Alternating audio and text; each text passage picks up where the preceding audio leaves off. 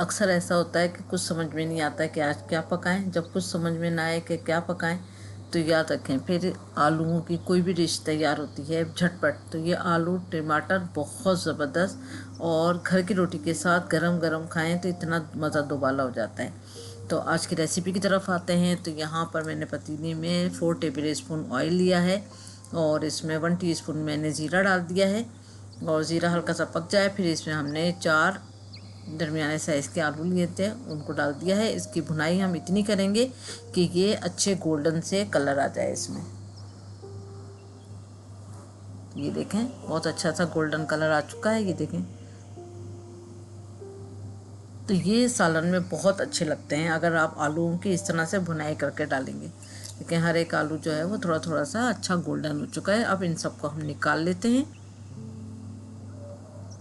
इस तरह निकालेंगे कि ऑयल यहीं पर रह जाए। अच्छा से ड्रेन करें। अब सारे आलूओं को इस तरह निकाल लेंगे।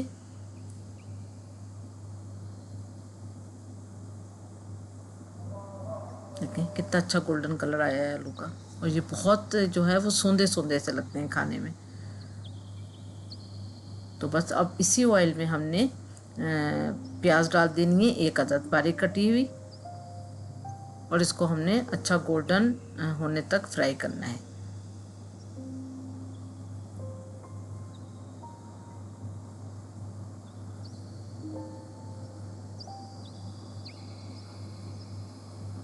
बहुत जल्दी तैयार हो जाती है, झटपट, और उतनी ही मज़ेदार है।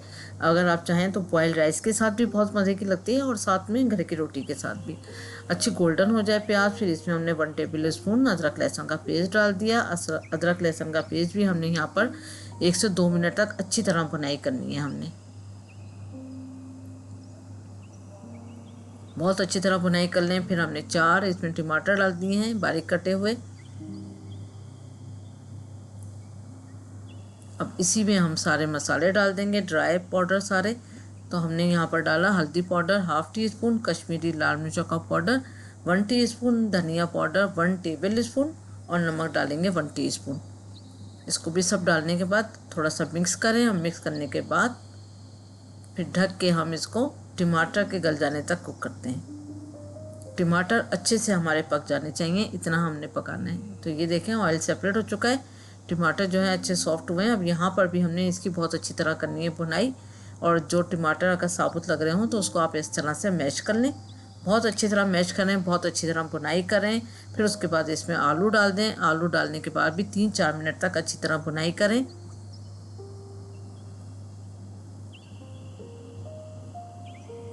और जब 3-4 मिनट गुजर जाएं फिर हम इसके अंदर डाल देंगे पानी।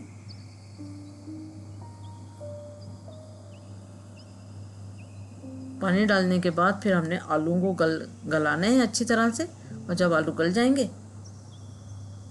तो फिर अगर आपको पानी शुरुआ कम चाहिए तो आप इसको थोड़ा सा पका लिएगा तेज़ आंच पे, और अगर आपको मुनासिब लगे तो आप छोड़ दिएगा।